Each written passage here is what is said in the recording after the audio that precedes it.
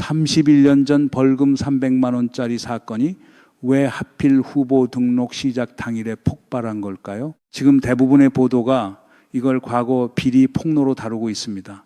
정원호 후보의 1995년 폭행 전과 여종업원 외박 요구 의혹, 피해자 녹취 공개, 이게 표면에 보이는 그림이에요. 그런데 한 가지 질문이 먼저 와야 합니다. 김재섭 의원이 31년 전 양천구 의회 속기록을 어떻게 그리고 정확히 언제 확보했을까요? 그 속기록이 어제 오늘 갑자기 세상에 나온 문서일 리가 없거든요. 누군가가 이걸 확보하고 시점을 잡고 기자회견을 준비하고 동시에 피해자 녹취까지 확보해서 순차적으로 공개한 겁니다. 피해자 녹취라는 게 쉽게 나오는 물건이 아닙니다. 31년 전 사건의 피해자를 추적하고 연락하고 녹음의 동의를 받아야 해요. 그 과정이 후보 등록 시점에 딱 맞춰서 완료됐다는 건 상당한 사전 준비가 있었다는 의미예요. 이 사건의 핵심은 1990 본연 술집에서 무슨 일이 있었느냐가 아닙니다. 31년 전의 판결문과 오늘의 정치적 해석 사이에 놓인 거리, 그 거리를 누가, 왜, 지금 이 타이밍에 메우려 하고 있느냐. 오늘은 이걸 세 층으로 짚어보겠습니다. 표면의 팩트, 공세의 동기, 그리고 선거판에 미치는 구조적 파장까지. 이건 단순한 과거 폭행 사건 논란이 아닙니다. 이건 선거 전 초반에 상대 후보를 하나의 프레임에 가두기 위한 설계된 네거티브 공세의 문제예요. 한번 보세요. 보수 매체들이 일제히 쓰고 있는 단어가 뭡니까? 주폭 후보, 같은 시점에 같은 단어가 같은 톤으로 쏟아집니다. 이 정도면 취재가 아니라 메시징이에요. 동원된 화력을 보면 그림이 더 선명해집니다. 장동혁 대표가 최고위에서 직접 사퇴를 촉구합니다. 같은 날 송환석 원내대표가 폭력, 강요, 협박, 거짓말이 결부된 엄중한 사안이라며 수위를 올립니다. 같은 날 성평등가족위원회 소속 이인선 위원장, 서명옥 위원장, 조은희 의원이 기자회견을 열고 판결문에 없는 성매매 강요 의혹까지 올립니다. 주진우 의원이 판결문을 공개합니다. 31년 전 벌금형 사건 하나의 당 대표부터 각 위원회까지 전방위 동원이 이루어진 겁니다. 오늘 이 세 가지를 짚겠습니다. 양측이 주장하는 팩트의 무게 차이, 이 공세가 이 시점에 나온 구조적 이유, 그리고 이게 선거판 전체에 미치는 파장, 사실관계부터 정리합니다. 1995년 10월 11일 밤 당시 27세였던 정원호는 양천구청장 양재호의 비서로 일하고 있었고 서울의 한 술집에서 폭행 사건을 일으켜 벌금 300만 원을 선고받았습니다. 당시 자리에는 다른 당 소속 국회의원 비서들도 있었다고 해요. 출동한 경찰관에 대한 폭행도 포함되어 있었습니다.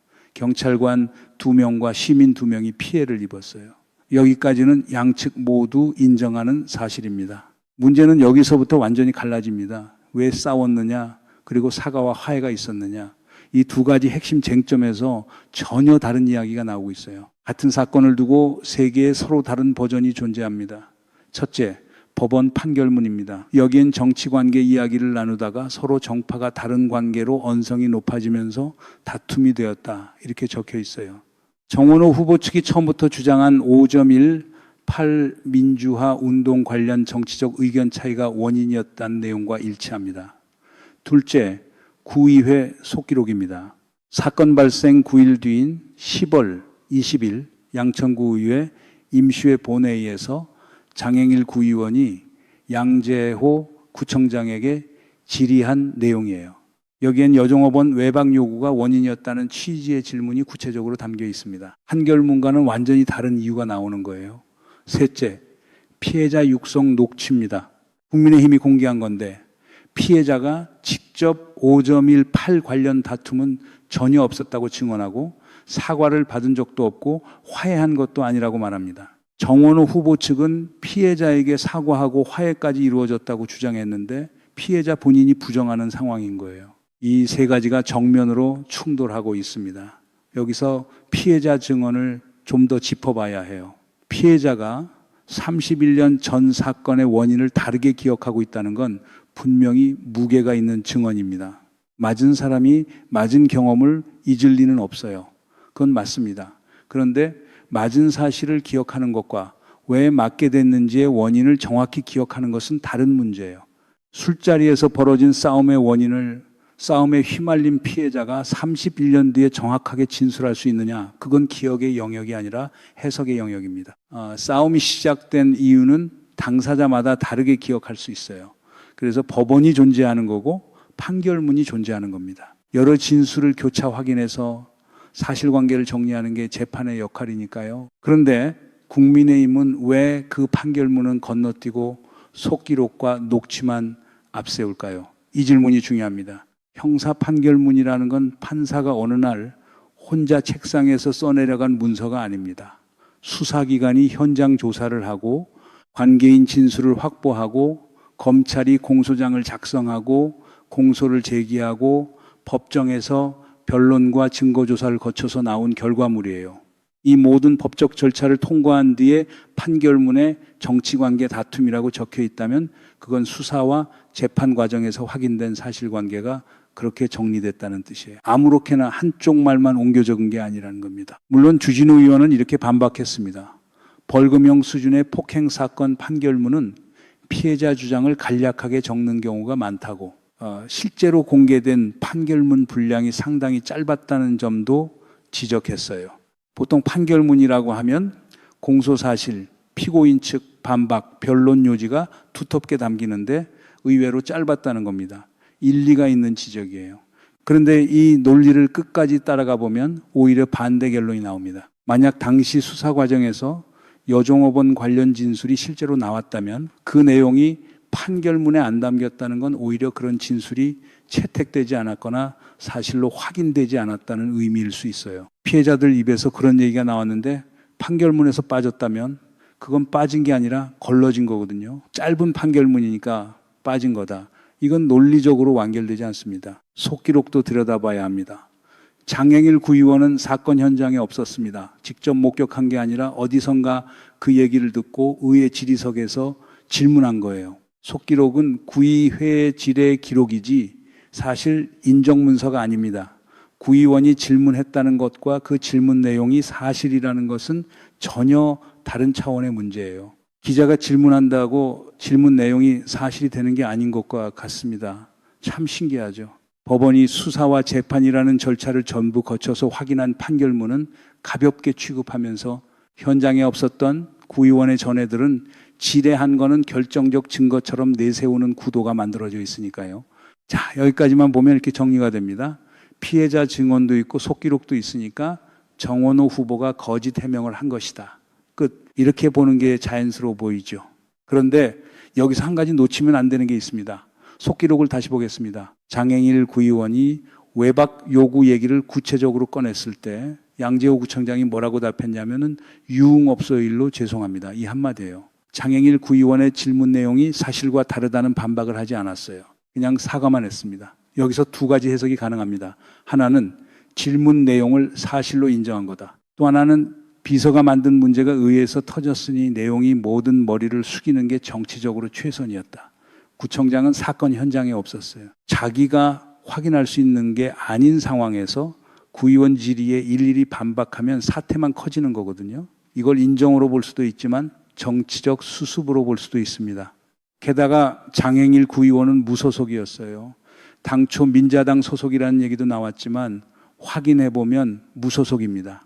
여당 소속 구청장 비서의 스캔들을 의회에서 물고 늘어질 정치적 동기가 있었던 사람이에요. 이 맥락을 전부 빼고 속기록 질의 내용만 떼어내면 당연히 한쪽으로만 익히게 돼 있는 겁니다. 잠깐만요. 이거 짚고 넘어가야 합니다. 피해자의 증언이 진실일 수 있습니다. 속기록의 내용이 사실일 수도 있어요. 그 가능성을 배제하는 게 아닙니다. 하지만 판결문도 속기록도 녹취도 각각의 맥락과 한계가 있어요. 세 개의 증거가 충돌할 때 하나만 골라서 나머지를 무시하는 것은 진실 추구가 아니라 프레임 선택입니다. 문제는 31년 전술집에서 정확히 무슨 일이 있었느냐가 아닙니다. 문제는 31년 뒤인 오늘 이 사건이 왜 이런 방식으로 소환됐느냐예요. 타이밍을 나란히 놓고 보겠습니다. 후보 등록이 시작됩니다. 선거 레이스가 공식적으로 열리는 바로 그 시점에 김재섭 의원이 기자회견을 열고 속기록을 공개하면서 여종업원 외박 요구 의혹을 제기합니다. 같은 날 장동혁 대표가 최고위에서 주폭 후보도 안 되지만 거짓말까지 하면 즉각 퇴출 대상이라고 말합니다. 같은 날 성평등 의원들이 기자회견을 열고 판결문에 없는 성매매 강요 의혹까지 끌어올립니다. 같은 날 주진우 의원이 판결문을 공개하면서 판결문의 한계를 주장합니다. 하루 만에 4단계 에스컬레이션. 각각 다른 인물이 각각 다른 각도에서 같은 타깃을 동시에 친 겁니다. 의혹 제기, 사퇴 촉구, 성범죄 프레임 추가, 법적 근거 흔들기. 이건 자연 발생이 아닙니다. 단계별로 설계된 공세 시퀀스예요. 피해자 녹취 공개 타이밍도 봐야 합니다. 정원호 후보가 본격적으로 해명에 나서기 전에 선제적으로 터뜨렸어요. 해명의 공간 자체를 차단하는 전형적인 네거티브 전술입니다. 아니 31년 전 벌금 300만 원짜리 사건에 당대표가 나서고 원내대표가 나서고 성평등위까지 기자회견을 엽니다. 이게 말이 됩니까? 성평등위원회에서 성매매 강요 의혹까지 제기했는데 판결문 어디에도 성매매라는 단어는 없어요. 판결문에 없는 내용을 더 씌우면서 화력을 올리는 겁니다. 민주당 측에서 판결문 어디에도 없는 성매매 운운하며 허위 사실을 더 씌웠다고 반박한 게 정확히 이 지점을 찌른 거예요. 이 프레임이 굳어지면 서울시장 선거에서 누가 가장 이득을 보게 되는지 이 질문 하나만 따라가면 그림이 정리됩니다. 정책으로 붙으면 현직 시장의 그간 실적이 검증대에 올라갑니다. 공약 이행률, 서울 시민 생활의 변화, 주거대책의 성과를 전부 따져야 하거든요. 현직이 그런 검증을 반기겠습니까? 인물 공격으로 판을 바꾸면 그런 검증은 통째로 묻혀요. 뉴스 시간을 폭행 의혹이 다 잡아먹으니까요. 네거티브만 남습니다. 적벽대전 전에 조조가 가장 먼저 한 일은 실제 전투가 아니었어요. 상대방 내부에 혼란을 만드는 거였죠. 그리고 이 공세에 또 다른 효과가 있어요. 민주당 전체를 방어 모드로 전환시키는 겁니다. 민주당 서울시장 캠프는 오세훈 서울시장 캠프를 겨냥한 네거티브 규탄 기자회견을 열었고 이회식 총괄 선대본부장이 나서서 법적 책임을 묻겠다고 했습니다.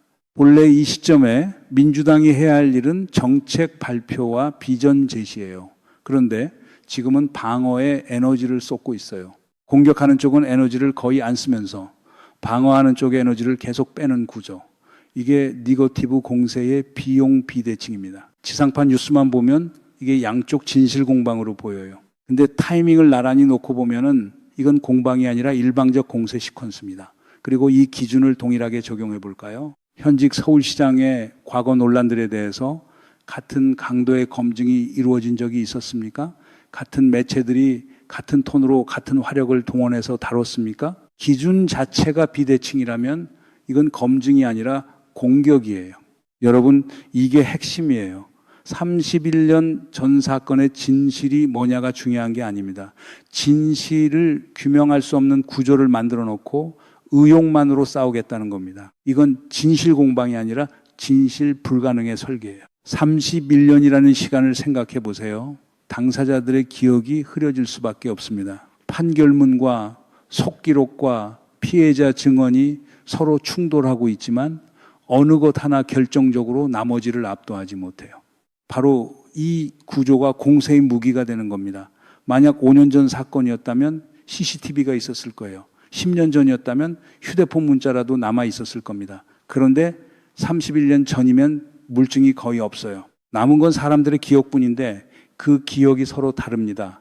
진실이 밝혀지든 안 밝혀지든 의혹이 제기된 것 자체가 효과를 만들어내거든요. 해명을 하면 해명하는 모습 자체가 뉴스가 되고 해명을 안 하면 도망쳤다고 뉴스가 됩니다. 어제 정원호 후보가 공약 발표 자리에서 폭행 의혹 질문에 답하지 않고 자리를 피했잖아요. 기자가 따라가면서 물었는데도 답을 안 했어요. 그걸로 태도 논란까지 붙었습니다. 오늘은 직접 해명에 나서서 반당구위원회 일방적 주장이 법원 판결문보다 높은 효력을 갖는지 의문이라고 반박했지만 이미 어제 회피 장면이 뉴스를 탔어요. 해명을 해도 치이고 안 해도 치이는 구조. 이게 설계된 네거티브의 핵심 메커니즘입니다. 조선시대 사헌부가 탄핵을 올릴 때 증거보다 중요한 게 있었습니다. 타이밍이었죠. 처음에 질문 드렸습니다. 왜 하필 지금인가? 이제 보이시죠? 진실을 밝히려는 게 아니라 진실이 밝혀질 수 없는 사안을 골라서 터뜨린 겁니다. 이 공세가 선거판 전체에 미치는 파장을 보겠습니다. 어제 정원호 후보가 공약 발표를 위해 민주당 구의원 후보들과 공식 석상에 나왔습니다. 그런데 기자들이 묻는 건 공약이 아니라 폭행 의혹이었어요. 카메라가 돌아가는 자리에서 정책이 아니라 31년 전 사건이 메인 뉴스가 됩니다. 서울시장 선거의 정책 대결이 시작도 못한 채 네거티브에 묻히는 구조가 만들어진 거예요. 이거 웃을 일이 아닙니다. 서울 시민의 주거 문제, 교통정책, 일자리 대책, 복지 비전에 직결되는 논의가 31년 전 벌금형 사건에 밀려나고 있어요. 이런 네거티브에는 또 다른 설계가 숨어 있습니다. 유권자 피로예요. 31년 전 사건의 진위를 끝없이 따지다 보면 유권자는 결국 정치판은 다 그렇다. 둘 다 더럽다. 이런 결론에 도달하게 돼 있어요. 투표할 맛이 안 나는 겁니다. 이게 투표율 하락으로 이어지면 누가 유리합니까? 조직력과 고정 지지층 우위를 가진 쪽이 유리합니다. 네거티브 공세는 상대 후보의 지지율을 떨어뜨리는 게 1차 목표지만 진짜 2차 효과는 중간층 유권자를 아예 투표장에서 이탈시키는 것. 누가 옳은지 판단하기 귀찮으니까 그냥 안 가는 거예요. 그 이탈분이 어느 쪽에 유리하게 작용하는지 이건 말 안 해도 아시죠. 주폭 후보라는 프레임이 한번 형성되면 이후 어떤 해명이 나와도 지워지지 않아요. 정원호라는 이름 검색하면 연관 검색어에 주폭이 따라붙게 됩니다. 정책 발표를 해도 제목에 주폭 논란 정원호가 먼저 나오는 구조가 만들어져요. 프레임 오염은 한번 시작되면 사실관계와 무관하게 작동합니다. 바람 빠진 풍선에 다시 바람을 넣으려면 새 풍선이 아니라 새 이야기가 필요한 법이죠. 국민의힘이 31년 전 사건에 새 프레임을 씌우고 있는 구조가 이거예요. 관련자가 6명 이상 있다고 합니다. 당시 폭행당한 경찰관 홍순경, 심순경 2명, 피해 시민 2명, 카페 주인 종업원까지 앞으로 언론 취재가 진행되면 추가 증언이 나올 수 있어요. 그런데 그것 자체가 계속 뉴스를 만들어내는 구조가 됩니다. 새 증언이 하나 나올 때마다 새 기사가 쏟아지고 새 기사가 나올 때마다 네거티브가 연장돼요. 증언 하나가 이틀치 뉴스를 만들어내는 겁니다. 6명이면 최소 열이틀치 뉴스가 확보되는 셈이에요. 선거일까지 이게 계속되면 정책 논의는 실종됩니다. 그리고 설령 추가 증언이 정원호 후보 측에 유리하게 나와도 그건 반전 뉴스로 하루 다뤄지고 끝이에요. 불리한 증언은 며칠을 가지만 유리한 증언은 하루로 소비되는 이 비대칭 구조가 네거티브의 진짜 힘입니다. 이걸 이 정도 강도로 다루는 매체들이 12.3 비상계엄 관련 책임자 규명에는 어떤 톤으로 임하고 있는지 비교해 보세요. 계엄을 선포한 측의 책임을 묻는 보도에는 같은 화력이 동원됐습니까? 같은 매체 맞나 싶을 정도로 온도가 다릅니다. 처음에 31년 전 사건이 왜 지금 터졌느냐고 물었습니다. 이제 그 질문의 의미가 달라졌죠. 이건 과거의 진실을 캐는 일이 아니었어요. 선거판의 프레임을 선점하는 일이었습니다. 처음에 이 사건을 접했을 때는 폭행 사실이 충격이었습니다. 그런데 구조를 하나씩 짚어보니까 충격적인 건 폭행 사건 자체가 아니라 이 사건이 소환되고 증폭되는 방식이에요. 31년이라는 시간, 물증 없는 구조, 서로 충돌하는 세 개의 증거, 후보 등록 당일이라는 타이밍, 하루 만에 네 단계의 에스컬레이션, 판결문에 없는 내용에 더 씌우기. 이 모든 걸 나란히 놓고 보면 그림이 보입니다. 정원호 후보가 해명해야 할 것은 있습니다. 그건 맞아요. 오늘 정원호 후보도 직접 나서서 적극적으로 해명했고 민주당은 허위사실 유포와 선거법 위반으로 고발까지 했습니다. 정원호 후보 본인도 조작해서 얻고자 하는 것이 뭔지는 알겠으나 돌아가는 것은 법의 심판이라고 말했어요. 법적 절차가 진행되면 사실관계는 거기서 가려질 겁니다. 하지만 그 법적 절차의 결론이 나오기 전까지 의혹만으로 선거판 전체를 네거티브에 가두는 것이 정상적인 선거 과정입니까? 31년 전 벌금형 사건에 대한 끝없는 진실 공방과 서울시장으로서의 정책 비전 중에 유권자가 진짜 알아야 할 건 어느 쪽일까요? 이 공세가 이번으로 끝날까요? 아닙니다.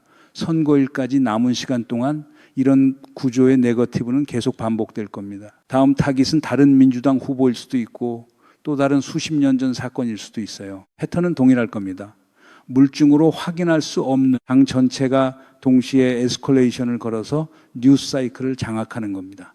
이 패턴을 한번 알아두면 다음에 비슷한 구조가 나왔을 때 바로 보여요. 중요한 건 이런 네거티브를 볼 때마다 세 가지를 묻는 겁니다. 왜 지금인가? 누가 이득을 보는가? 그리고 정작 지금 논의돼야 할 정책은 뭐가 묻히고 있는가? 서울시장 선거라면 서울 시민의 주거 안정, 대중교통 개선, 청년 일자리 대책, 고령화 대응 이런 현안들이 다뤄져야 합니다. 31년 전 벌금형 사건이 서울의 미래를 결정하는 선거의 핵심 쟁점이 되는 게 맞습니까? 그 질문을 멈추지 않는 것, 그게 유권자의 힘입니다. 오늘 분석이 도움이 됐다면 구독과 좋아요 부탁드립니다.